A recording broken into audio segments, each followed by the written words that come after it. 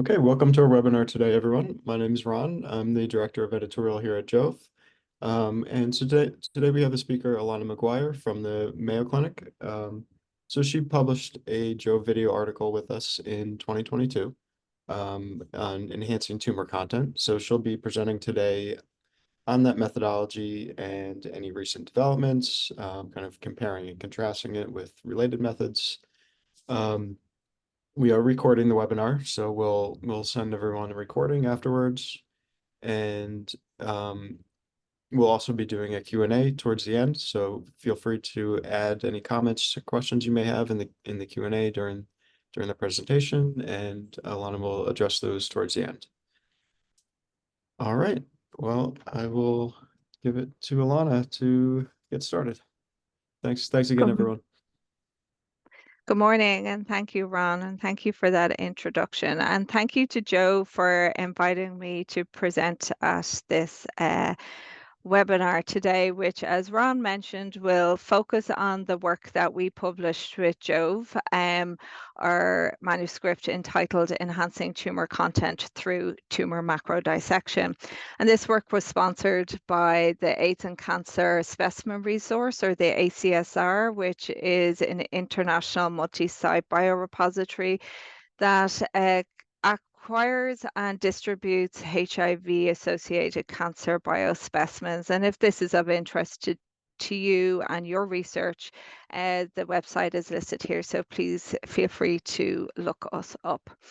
So I'll get into why we use this protocol in a couple of minutes, but just to give you a brief overview of the structure of the presentation, we'll go into a brief bit of background before moving on to the methods, which is essentially the macrodissection workflow, the results, so a brief mention of alternative methods, the conclusions, and then some acknowledgements.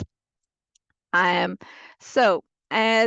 background is that traditionally genomic platforms have been designed to work with fresh or frozen tissues, but are becoming increasingly compatible with FFPE tissues.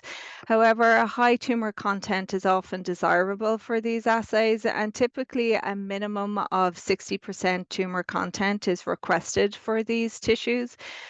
Unfortunately, most tissues, particularly surgical resection tissues, tend to be admixtures of tumor and non-tumor tissues.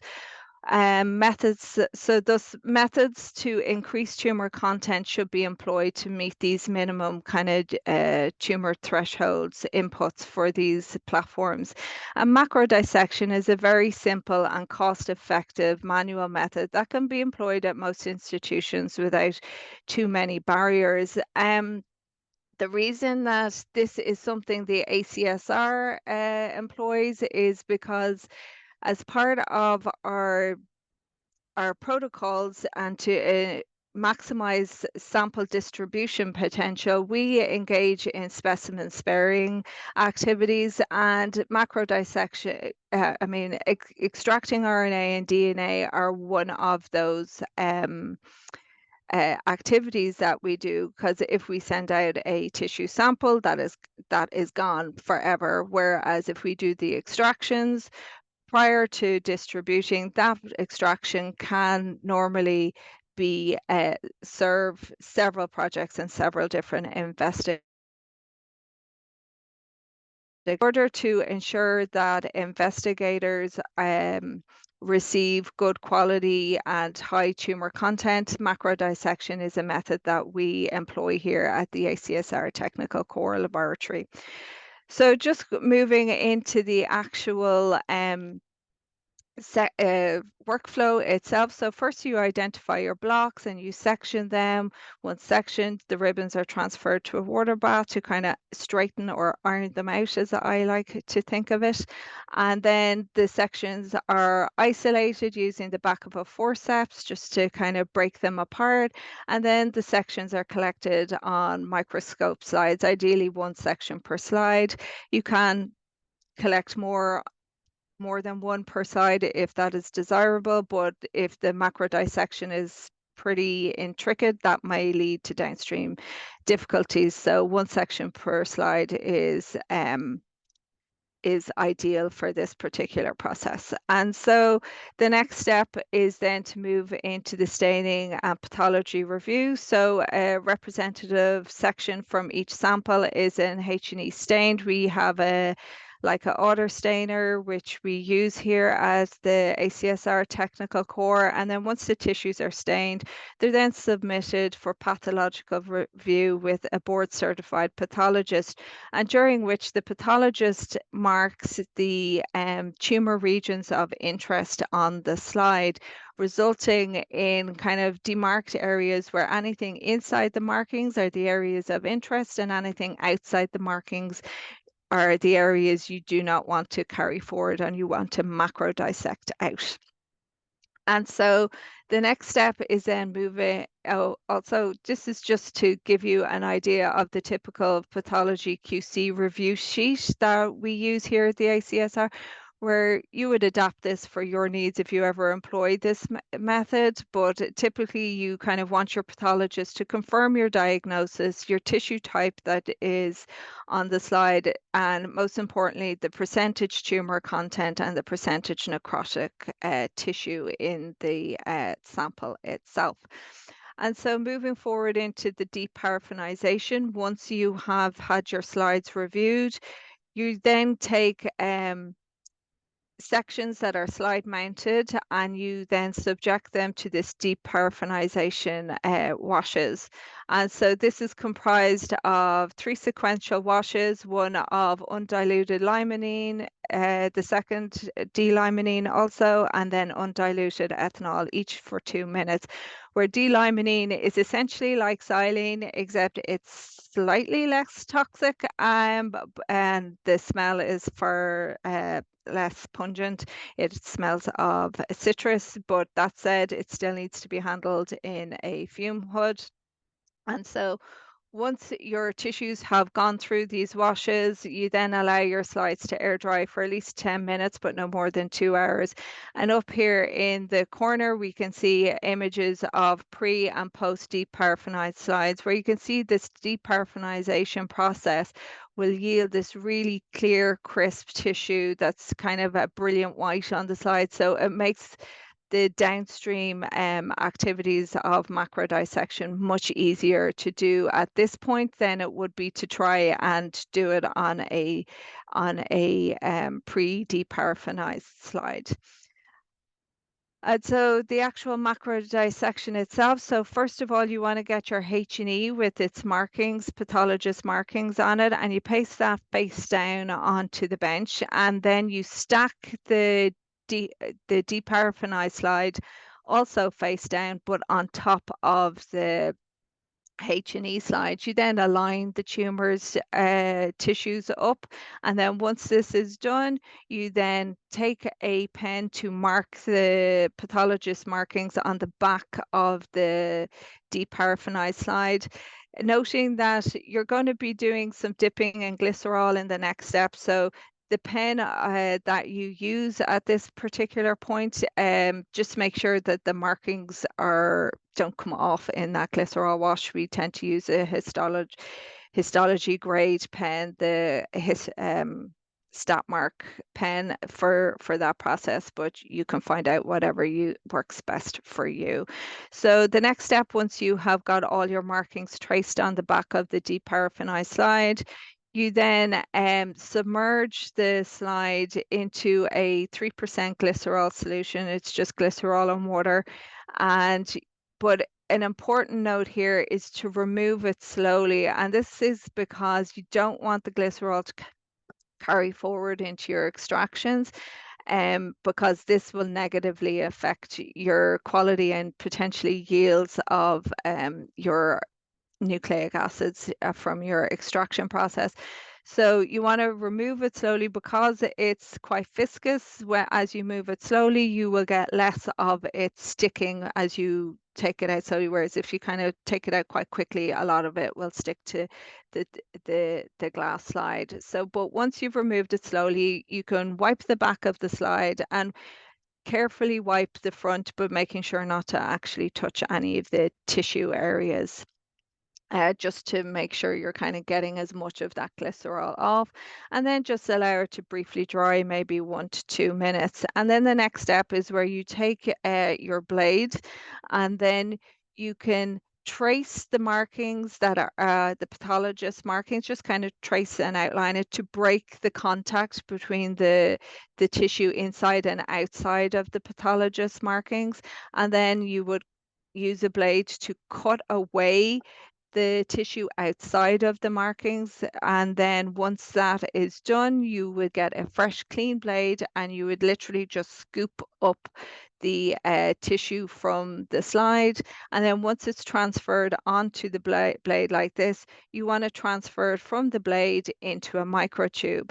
And the extraction process that we use, it's typically a column-based kit. And so in this tube, the liquid here is the proteinase K digestion buffer in here. No enzyme yet, particularly if you're doing many, many tissues, you kind of want to leave that till the end. But this digestion buffer, pro tip would be, prior to collecting it from the blade, you would just briefly dip the tissue into the proteinase K and then lift the tissue, because that damp stick will kind of overcome any static electricity issues, and it'll help collect the tissue a lot easier. And then it kind of crumples up here at the bottom of the stick. So then when you go to input it, the water will kind of just, when you bring it to the liquid, it will kind of just pull it off the stick for you.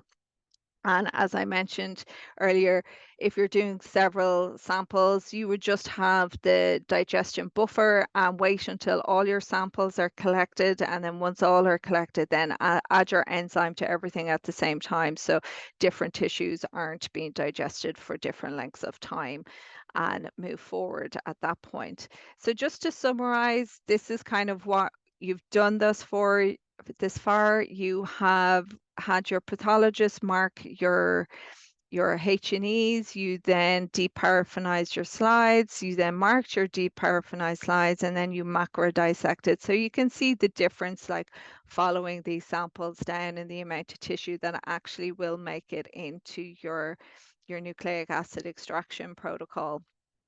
And so just to give you an idea in terms of the tumor contents, so these are the percentage tumor contents before macro dissection, and these are the tumor contents after macro dissection according to the pathologist review. And you can see the tumor content increases anywhere from 1.7 to a 5-fold increase in the tumor content. And typically we're seeing most of them come up over that 60% minimum threshold, with the exception of sample E, but we will still use this sample to move forward through the assay. So the next step then is obviously the extractions themselves, after which we normally at the ACSR technical core, we quantify using the nanodrop, the qubit, and also the tape station to get kind of RIN and DIN values for what we're doing. But for this particular, the assay we're using to assess our extracted RNA, the nanodrop is sufficient for the quantitations for that particular assay. So just to give you an idea of the number of sections we typically use that were used for these extractions, you can see for the non-macro dissected sections, you can see anywhere from 1 to 3, and for the macro dissected samples, anywhere from 2 to 4 sections were used. Typically, when we're using these column-based extraction kits, we don't like to exceed anything, the equivalent of 20 microns thick of a single section. So whether that is 4 or 5 microns or 2 10-micron sections, that's up to you. But typically you don't really want to go past that, because you don't want to saturate the column, which can negatively affect your yields downstream in our experience. However, if your samples are starting to look like this, where they're very small, you can increase the numbers past that because the amount of tissue typically is not very large getting in. So you just kind of need to make a sensible judgment about what you're going to bring forward into your extractions. And so these are the RNA concentrations that resulted from the extractions of these different tissues. And we'll go into this a little bit more in the next steps. But to give you an overview of the assay and why it was chosen for this work is that all the samples used in this particular study were diffuse large B-cell lymphoma samples.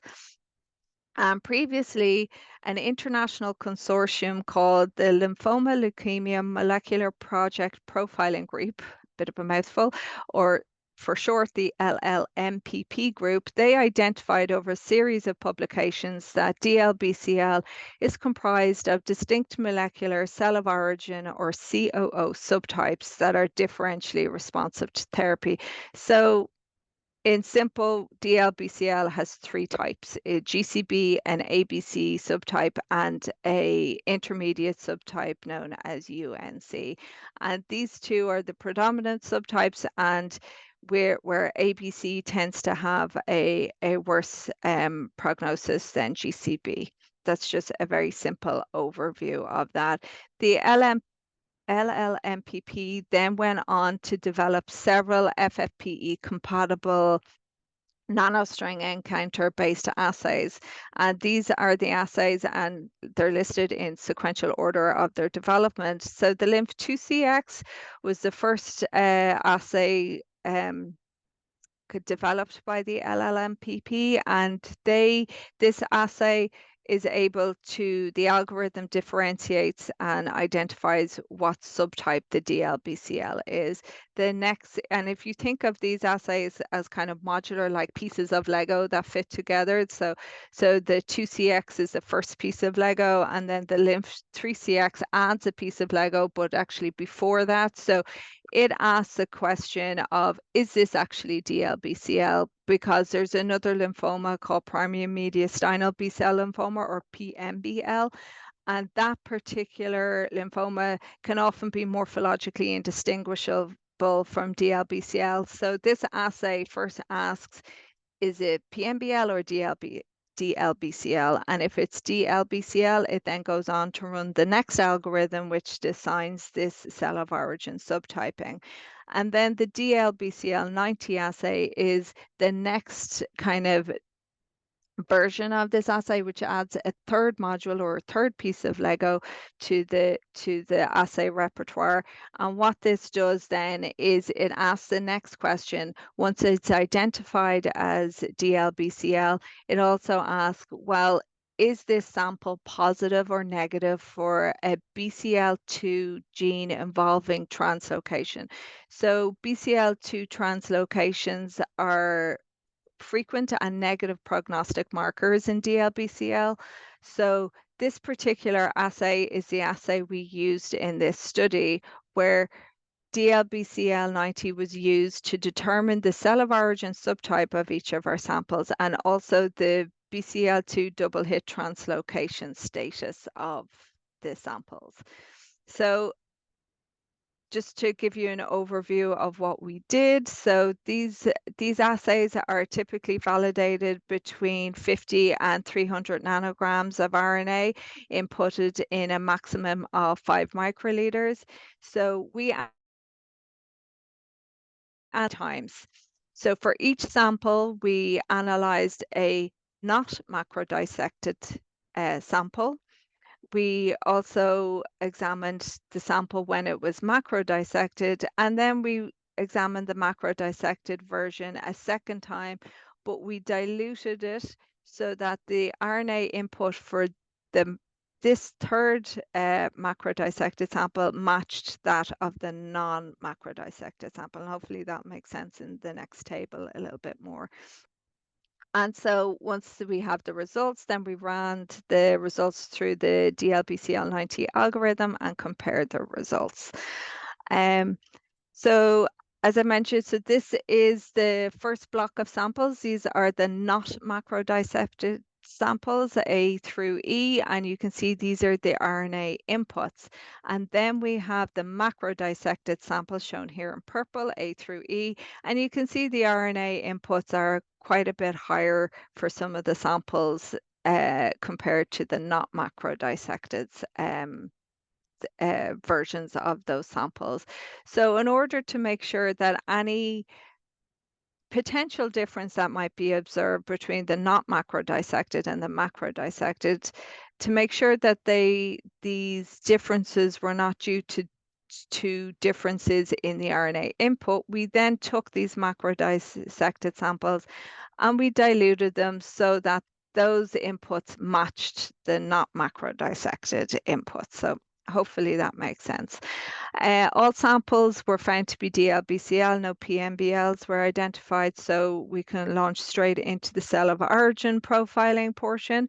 So we can see that one sample, sample C, the not macro dissected version identified the sample as a GCB sample, but when macro dissected, regardless of the RNA input, was found to change from GCB to UNC. And these numbers here are the probability calls associated with the algorithm.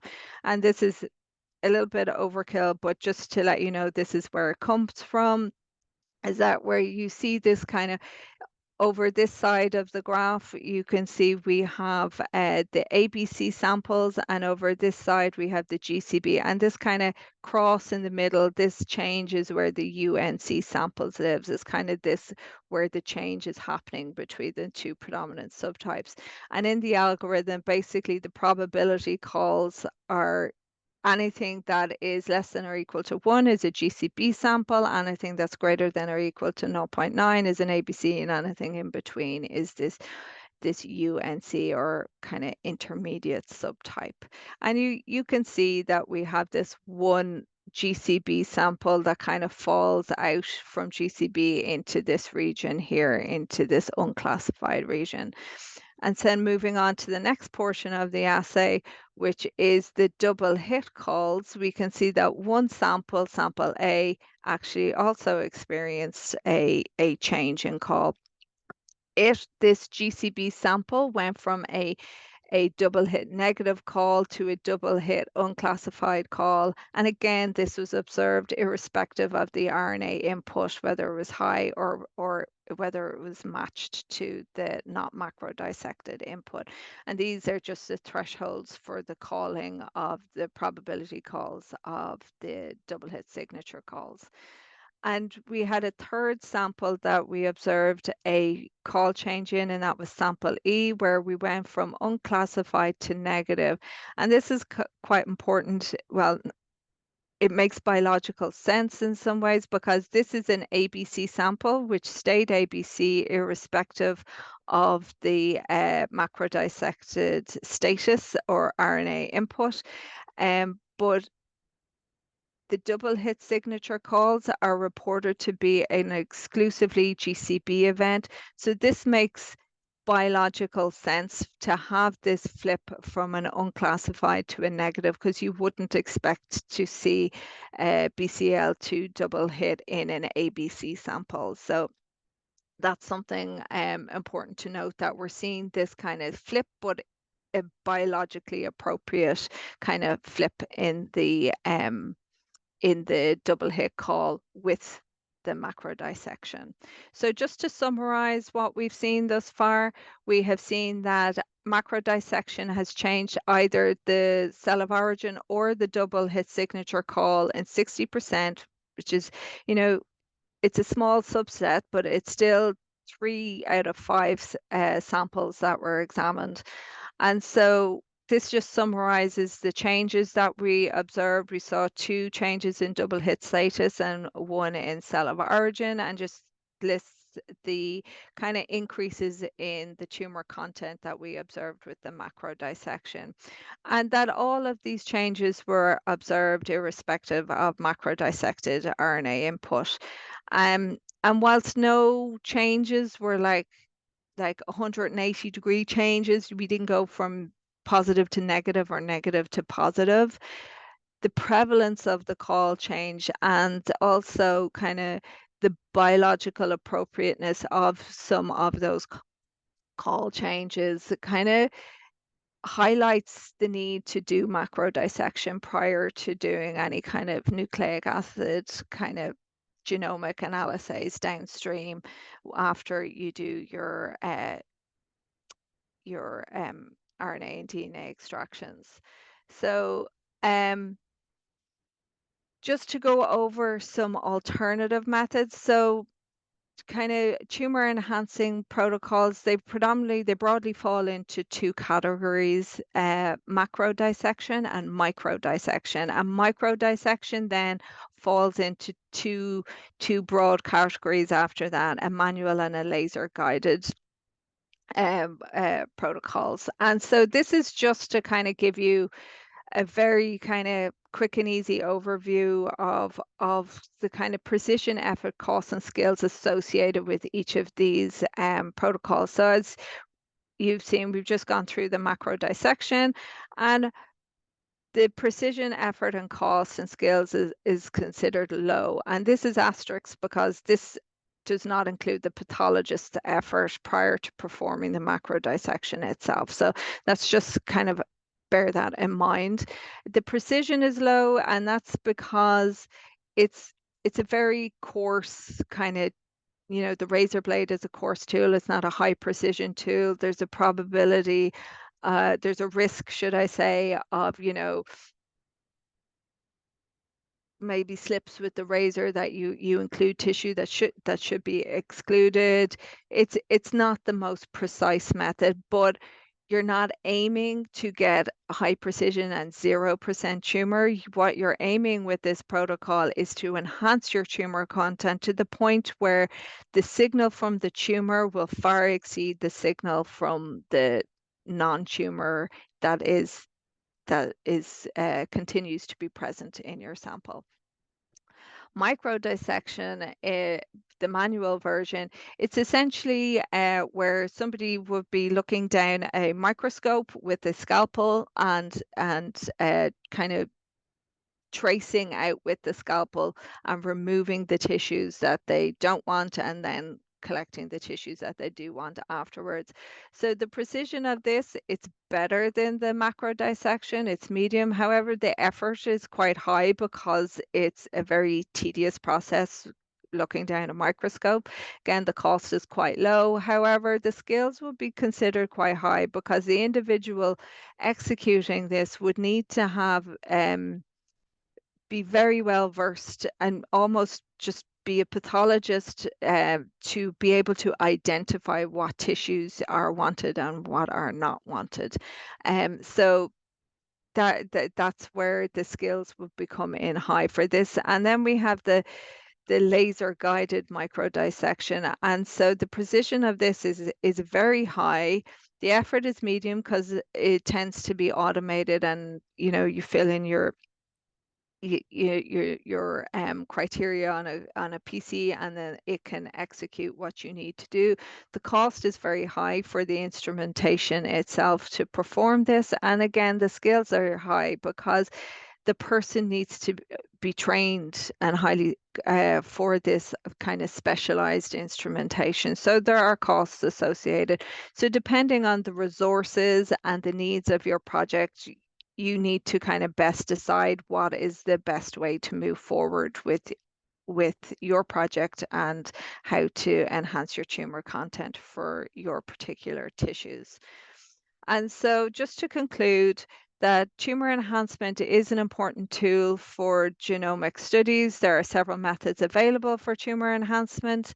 The macro dissection method presented here is a manual, cost-effective method that can be employed in any laboratory where pathology support is available.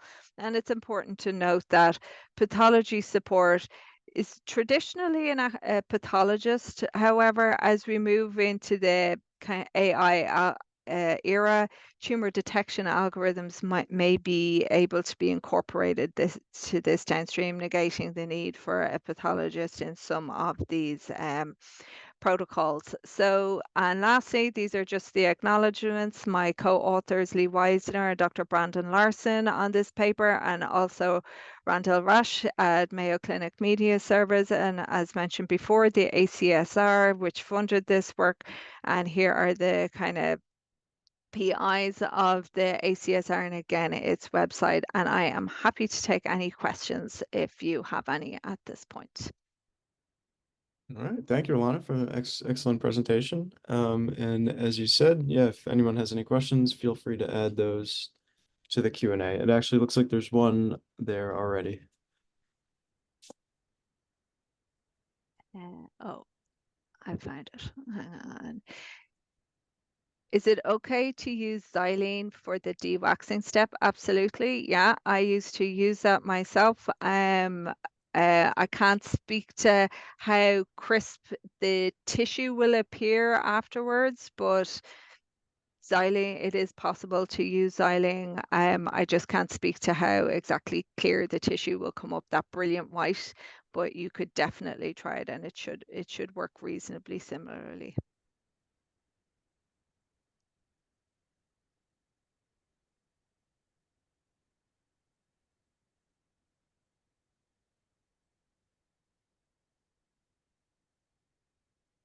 Okay, and as a reminder, we did record the webinar.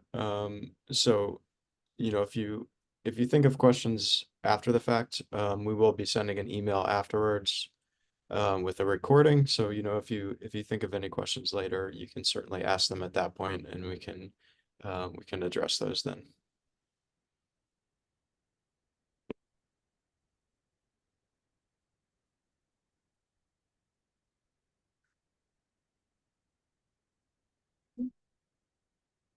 Okay, so I believe that's the only question, unless anyone has any last minute ones.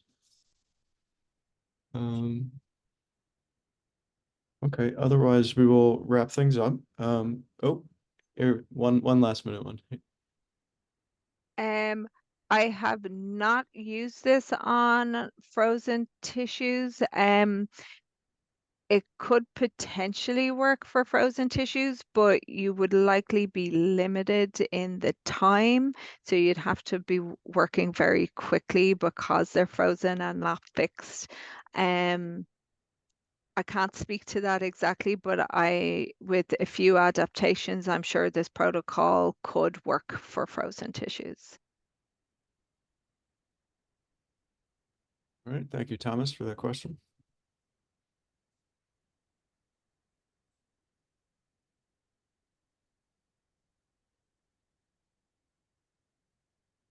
All right, well, we will wrap things up. So thank you everyone for attending today. I appreciate it. And thank you, Alana, for the excellent presentation. And so we'll be sending out an email with the recording in the next few days. And yeah, it will, again, as I said, if you have any questions at that point, you can feel free to ask. All right.